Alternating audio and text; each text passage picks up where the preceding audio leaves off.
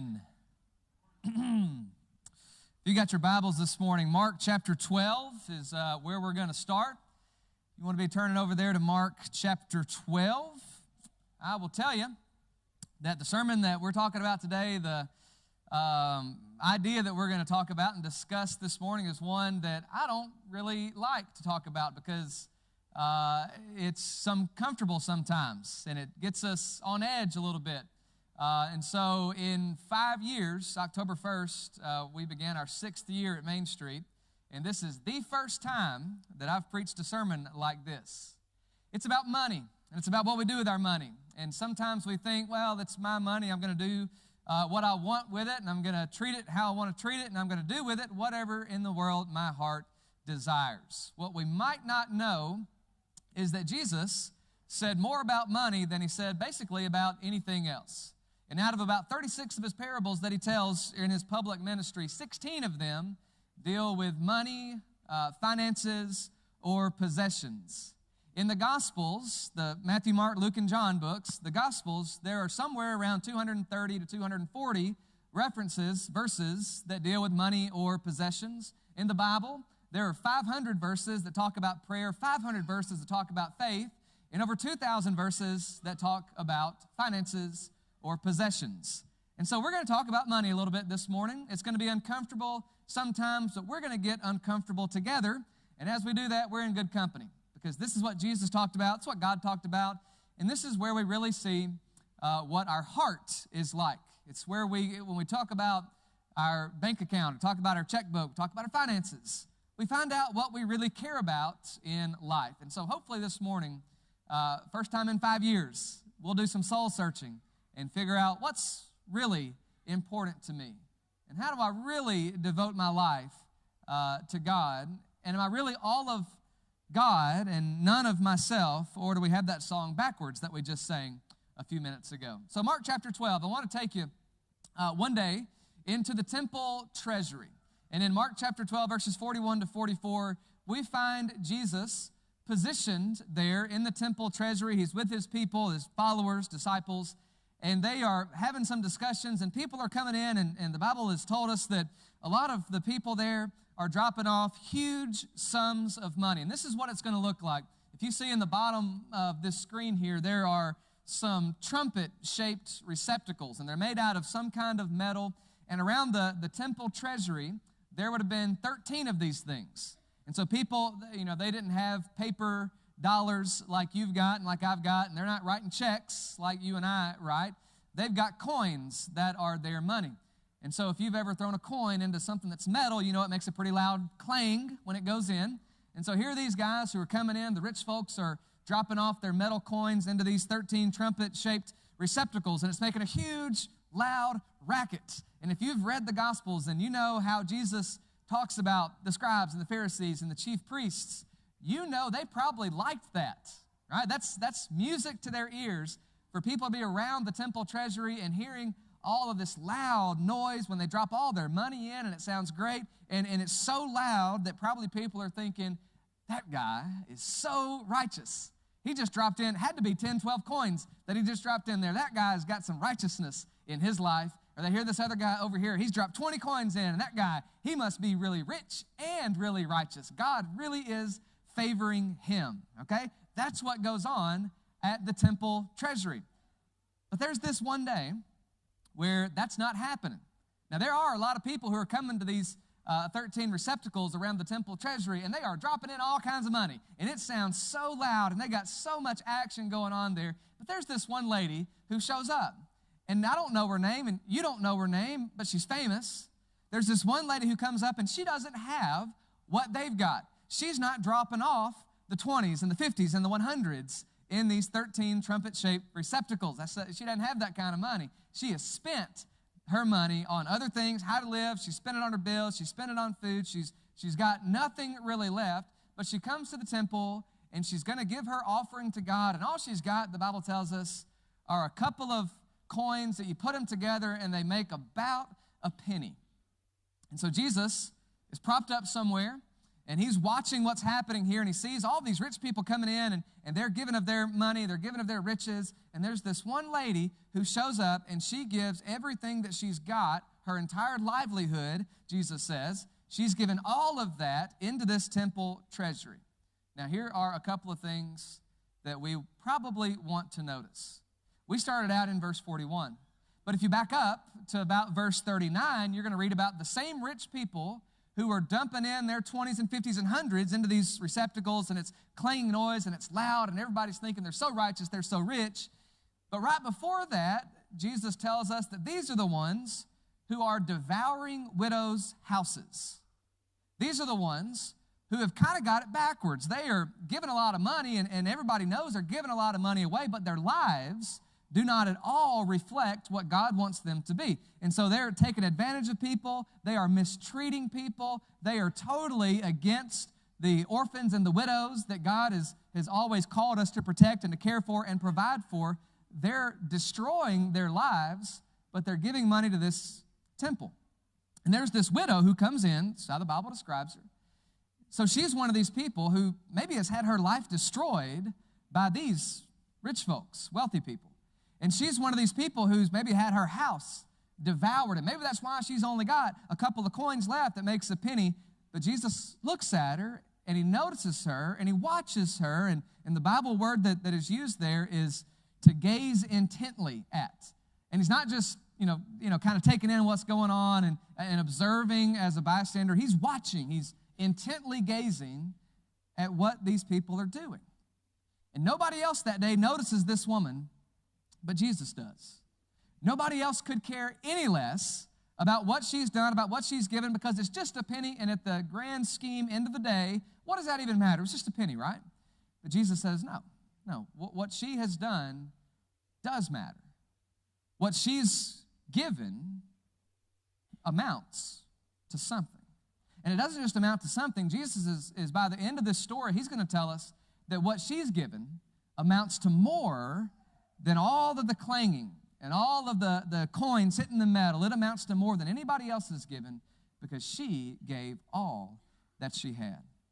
And so from this story, you know the story, the widow comes in, she gives a mite. I think the King James Version has a couple of coins that make a penny, is what the English Standard says. She didn't give very much, but she gave. And Jesus knows her, okay? That's foundational idea, is we've got to look at this and we've got to see that there's something about this woman that Jesus knows that nobody else knows. He looks at her, number one, and he can see that she's a widow. And I don't know if he knew her outside of this account or if this is their first introduction to one another, but somehow he knows more than what a typical human being should know. He knows that she's a widow. He knows that she's very poor. He knows that she's given out of her last penny to the temple. He knows that she's given everything that she has got. And this is how Jesus operates. This is not just a one-time thing where he knows more than he's supposed to know. We can go back to John chapter 8, and he finds this woman who's caught in the very act of adultery, and he knows more about that woman than he should have known, except he's God. And you can go back to John chapter 4, and he meets this woman at the well, and he knows this woman, and he knows about her life, and he tells her her entire life's story. And she says, you must be a prophet, because you know more than anybody should know. And that didn't stop in John 4 or in John 8 or in Mark chapter 12. It doesn't stop there. It continues today. And so the first thing that we've got to see is that God knows us. Jesus knows us. There is not any part of our lives that is unseen from the eyes of God. I told you we're going to get a little bit uncomfortable, and maybe that's a statement that does it for you. Maybe that's what gets us from, oh, this is a good sermon, this is a comforting sermon. We know sermons like this. These are old school sermons. Maybe here's a line that gets us beyond comforts of what we know to the uncomfortable aspect of knowing that Jesus knows everything about you. And God knows everything about us. And so if we're going to get really uncomfortable, he knows what we're spending our time doing when nobody's around. He knows what happens behind closed doors where nobody else sees. He knows what we're doing when everybody else in the house has gone to bed and it's just us up late at night. He knows what goes on there, and we get a little bit more and more uncomfortable. He knows the websites that we visit. He knows the things we've hidden on our devices. He knows, if we're going to talk about today's sermon, he knows what goes on with our finances. He knows what I'm spending my resources on. He knows what I'm deciding not to spend my resources on. He knew the people in Mark chapter 12 who were very wealthy, and does not say a bad thing about wealth there at all, but he knows who they are, and he knows what they've been doing, and he knows how they've been devouring widows' houses, and he knows how they've been destroying all these people's lives, and he knows that they come and they give their temple payment here in these 13 trumpet-shaped receptacles, and it makes these huge noises, and everybody thinks they're righteous, and everybody thinks they're so generous, but Jesus knows them, and Jesus knows us. And so I don't want you to leave here thinking that there's any part of your life that's hidden from the eyes of God. I want you to know that Jesus knows everything about us because he created us. And he knows all, and so he knows all about us. Now, primarily, we are talking about financial stuff. We're talking about money, resources, giving, offering today, but also time and energy and efforts and the priorities of our lives. This is not just a sermon about money. It's not just dollars and cents. It's all of life. We're not talking about just the money that we give. We're talking about how we give of ourselves by the time we get done with this lesson this morning. Okay, so I want you to see that Jesus knows us, and he also knows how we give of ourselves. He knows how we give of our time. He knows how we give of our resources. He knows how we give of our energy and our dedication and our priorities, and he knows how we give of our means. And so if you go back and you look at what he just said about this situation in Mark chapter 12, you're going to find that he knows these people are given huge sums of money, but that's not very important to him. And he knows that there are people there who are given all kinds of coins, and there's these huge loud noises because they're all throwing them into these metal receptacles, and everybody knows how righteous and holy and generous they are.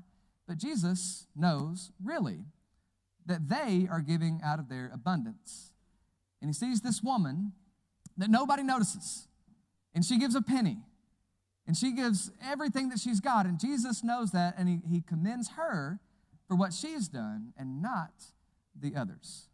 And so let's take a trip through several verses in the Bible, and let's talk about maybe why that happens, why this is such a striking ordeal in the life of Jesus. Let's begin over in Matthew chapter 6. So back up a few verses and go to Matthew chapter 6. This is part of Jesus' Sermon on the Mount, where he comes on the scene and he lays out his kingdom living priorities and how people ought to live if they're going to be his people. And in Matthew chapter 6, we're going to start reading here.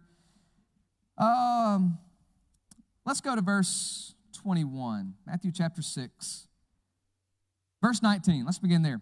He says, "Don't lay up for yourselves treasures on earth, where moth and rust destroy, where thieves break in and steal, but lay up for yourselves treasures in heaven, where neither moth nor rust destroys, where thieves do not break in and steal." And so, one of the most famous teachings Jesus ever has is in the Sermon on the Mount, where he talks about where we lay our treasures, where our possessions are. Are we preparing for life in this earth or in this life, or are we laying up our treasures in heaven? And here's his motivation, verse 21. "Where your treasure is," he says, "there your heart will be also." Now, if we put this into what he talks about in Mark chapter 12 with this widow, the ones who have wealth, and again, he does not say that wealth is bad. It can be dangerous, but he does not say it's bad.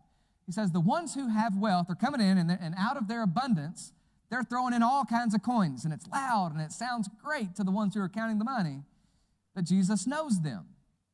And he knows that it would have been very possible for them to give out of their abundance and never take a hit and never really notice or never really have to deal with what they've given because they have so much. And so in that way, it would have been very, very possible for those people who are given so much money, the large sums, it would have been very easy for them to give, and it never touched heart because they got plenty more treasure where that came from. It would have, on the other hand, been impossible for this widow who gives everything that she's got, her entire livelihood, she gives all of that away. It would have been impossible for her to do if her heart is not in the right place, because where our treasure is, where her treasure was, that's where her heart was also, and her treasure was there with God. She was going to lay up for herself treasures in heaven, not on earth, where the systems and the politics and the thieves and the robbers and the rust and the moths could corrupt what she's got. Okay, so this is a heart issue. What we're talking about is a heart deal. Now, 2 Corinthians, all right, that was Matthew chapter 6. Let's flip over to some of Paul's writing, 2 Corinthians chapter 8. And in 2 Corinthians 8, part of what Paul is doing is trying to get the Christians who have some money, some resources, he's trying to get them to support the believers who don't. And so it takes the shape of this in 2 Corinthians chapter 8. If you look down at verse 8, he's talking about how they're to be generous and how they're to give and how they're supposed to support and help one another whenever they have needs. But he says in verse 8, I say this not as a command. All right, he's not saying I want you to give and give and give and help and help and help and support, support, support because I'm commanding you to do this. Not as a command, but to prove by the earnestness of others that your love also is genuine. All right, so it's not him saying you're commanded to give this amount and you've got to give this percentage or something like that. That's not what he says. He says you're afforded this opportunity to help people, to strengthen people, to support people and build them up and to show that your love is genuine. And so again, we're back to what Jesus says in Matthew chapter 6. We're dealing with a heart problem. It's a heart issue. It's not just a checkbook or a finances issue. It's where's my heart? And where's my treasure? Because that's going to tell me where my heart is. All right, another verse. Look at the next chapter, 2 Corinthians chapter 9. Still, he's talking about supporting one another and helping people out. And when you get to verse 6, he says in 2 Corinthians 9:6, the point is this, that whoever sows sparingly will also reap sparingly, and whoever sows bountifully will also reap bountifully. And each one, he says, must give as he has decided in his heart, not reluctantly or under compulsion, for God loves a cheerful giver. All right, so chapter 8, he says this is not a command. You're given this opportunity to show your love, to show how you care, to show that you love God and that you love one another. And he says in chapter 9, you're doing this as a cheerful giver. You're doing this to not because you're compelled or because, I'm reluctant, I don't want to give up this, I'm too tied to these finances, too tied to this money. He says, you got this opportunity to give, and God wants you to be a cheerful giver. And so it's a heart issue. It's not a pocketbook, it's not a checkbook, it's not a card, it's not finances, it's not bank account, it's heart issue is what we're talking about. That's why this is such an important thing. This is why there are 500 verses on prayer and 500 verses on faith and 2,000 on our money, because our money tells us something about ourselves. It's why there are over 230 verses in the Gospels alone about money, because money tells us where our heart is. This is why there are 16 of Jesus' 36 or so parables that deal with finances or money or possessions, because these are what tell us where our heart is and what kind of shape our heart is in. And at the end of the day, we're just stewards. What I've got is not my own. We would have nothing if God didn't bless us. We're just holding it for a while. We're just the stewards who take care of what God has given us. There's a verse, 1 Corinthians chapter 10, verse 31, that I believe is central to what we're talking about today. 1 Corinthians 10:31 is a verse where Paul writes and he talks about how we're supposed to glorify God in all that we do. Glorify God in everything that we do. All means all. And if all means all, then all must include everything that we do in our lives. Everything I do is to be done to the glory of God. So God knows us. God knows how we give. And God knows if we're glorifying Him in everything that we do in all of our life. He knows that what we have is just ours to hold, to be stewards of until it's time to return it back to God. He knows how we treat the blessings that He has given us. All means all. We're to glorify God with all of our lives, and all of our lives would have to include our money. That's why He talks about it so much. That's why He refers to it so often, because it shows what we're doing with our lives. He knows us. He knows how we give. He knows what we give. And we would be amiss if we left off this part about what kind of giving God wants us to give him. And what he wants is sacrifice. If you go back with me, if you go back to Mark chapter 12, that's exactly what you're going to read about this widow.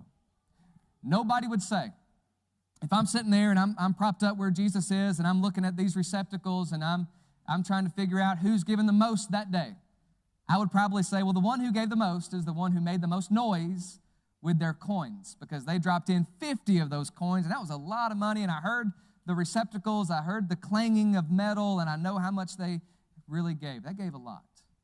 Or you might say, no, they gave 50 coins, but I watched the coins, and they were the smaller variety, and so this guy over here gave 25, but he gave 25 big coins, and they were a lot of money, and he gave the most money. But if you ask Jesus, who gave the most today? If we're reading Mark chapter 12, 41 to 44, he's not going to say the ones who made the most noise. He's not going to say the ones who put in the most money. He's not going to refer to the ones who had the most amount of coins there. He would point to the widow. And he would say that because they gave out of their prosperity, and she gave out of her poverty.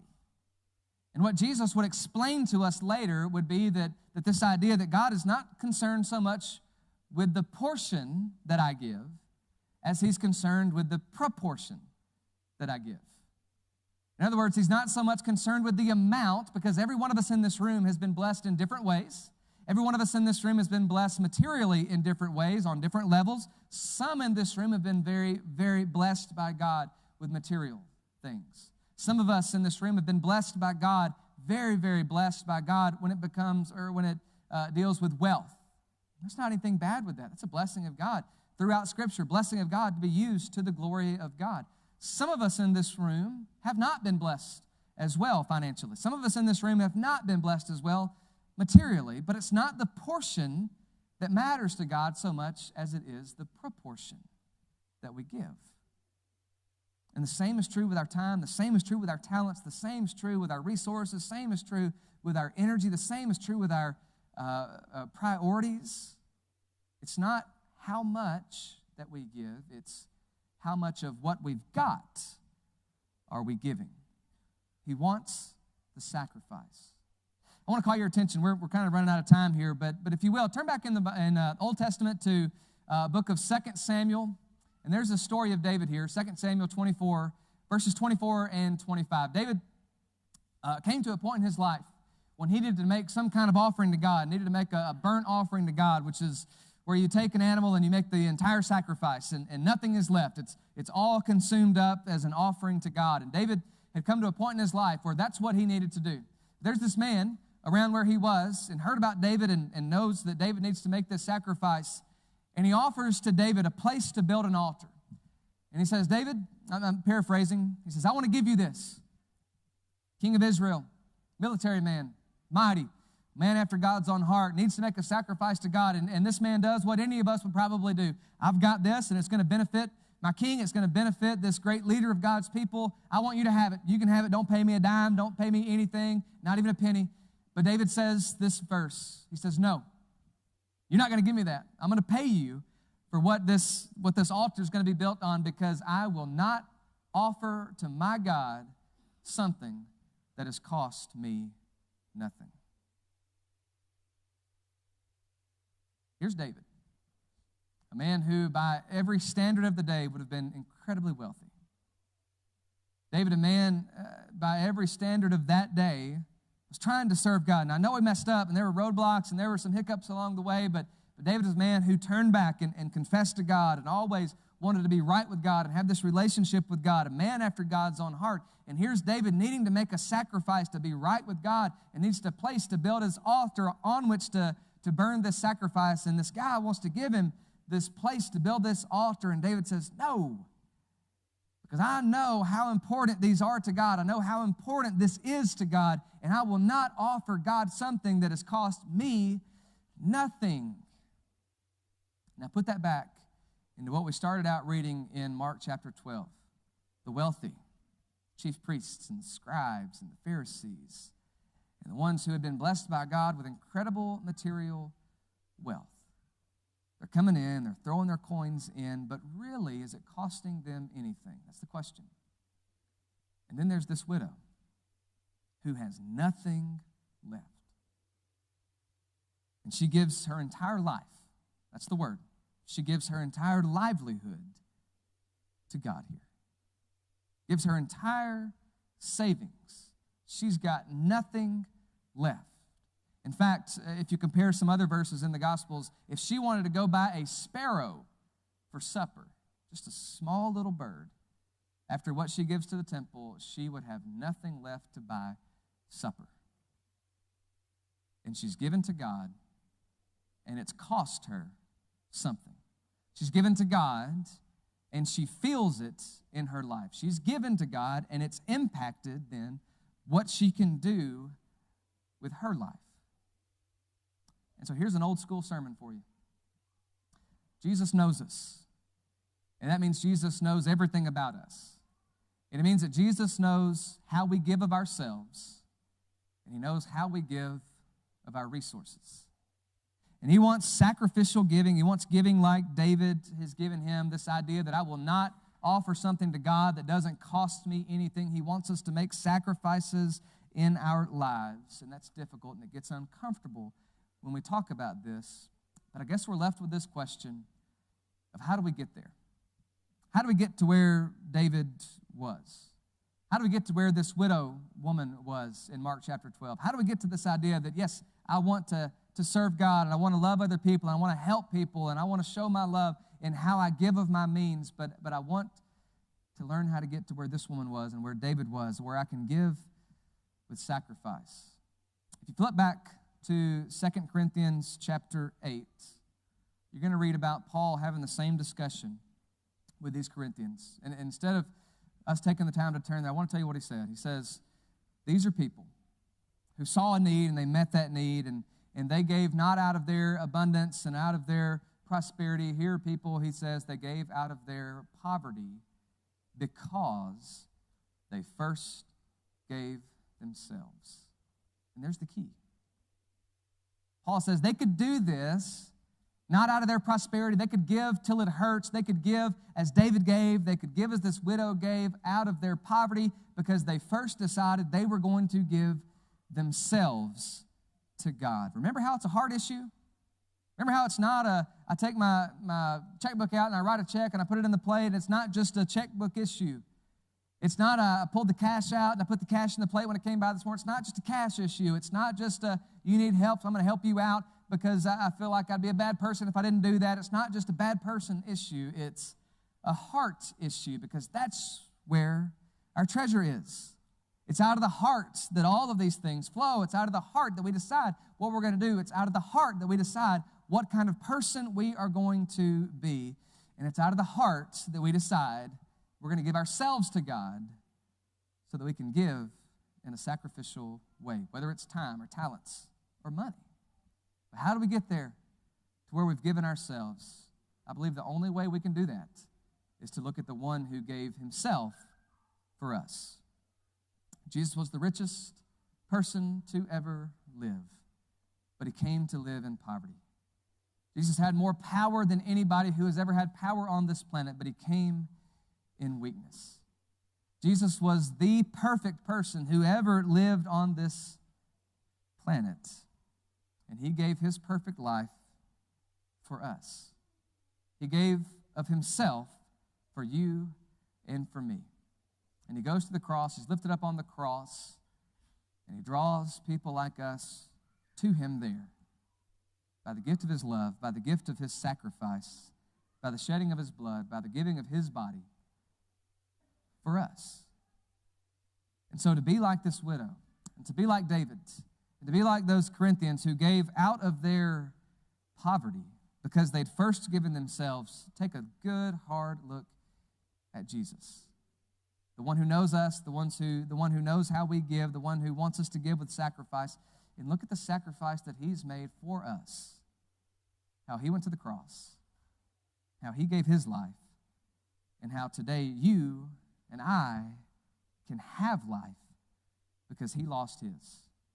He gave up everything so that we could have everything that we've got today And he watches to see how we return what he's given us back to him. We don't own it. We're just stewards.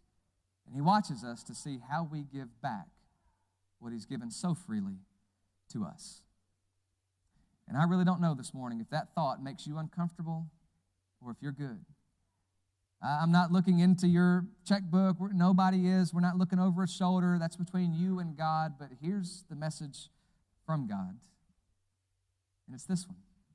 It's a heart thing. And is your heart right where it should be with God? Do you look at the one who gave so much for you and say, you know what, I'm okay with what I'm giving back to him as it relates to my time and my talents and my resources and my money and my priorities? Or there's some things this morning that you would rather Jesus didn't see? Are there some things going on in life this morning that you would rather God not be aware of? Maybe we're going to have this time in a few minutes to get those things right, and to get our hearts right, and get the situation right, and to get back to where we need to be with God. It doesn't happen unless we first give ourselves to him. And so maybe that's what you need this morning. Maybe your greatest need right here and right now is to first give yourself to God. Maybe you know who he is. Maybe you believe in what God has done for you through Jesus. Maybe you're willing to confess that, to let the whole world know that you believe in this God and you trust this God and you love this God who's given so much for you. Maybe that changes how you live your life. That's repentance. Maybe today you're baptized into Christ and you rise up to live a new kind of life where your heart is right, where you're seeking his will with all of your life, where you give till it hurts in your time and your talents and your resources and your priorities. Maybe you're here this morning and you're a Christian, but God watches and God sees and God knows, and maybe right now you're not content and you're not comfortable with what God sees and observes and knows about your life. And so maybe a private discussion between you and God. Maybe it's a public thing that you want to have the church pray for on your behalf. We're going to sing an invitation song in a minute and invite you to do that, whether privately or publicly, to make a response before God. Maybe there are some other things that are happening in your world right now, things that you want us to pray about, that you've got this Christian family here, a blessing of God here, and let's use it to lift your name up before God's throne, to ask him to come to your rescue, to come to work in this life on your behalf. The question is on the screen, and the question is one we're going to sing for the next few minutes. Is your heart right with God? If it is, and if you're good, then good. But if there's something that needs to change,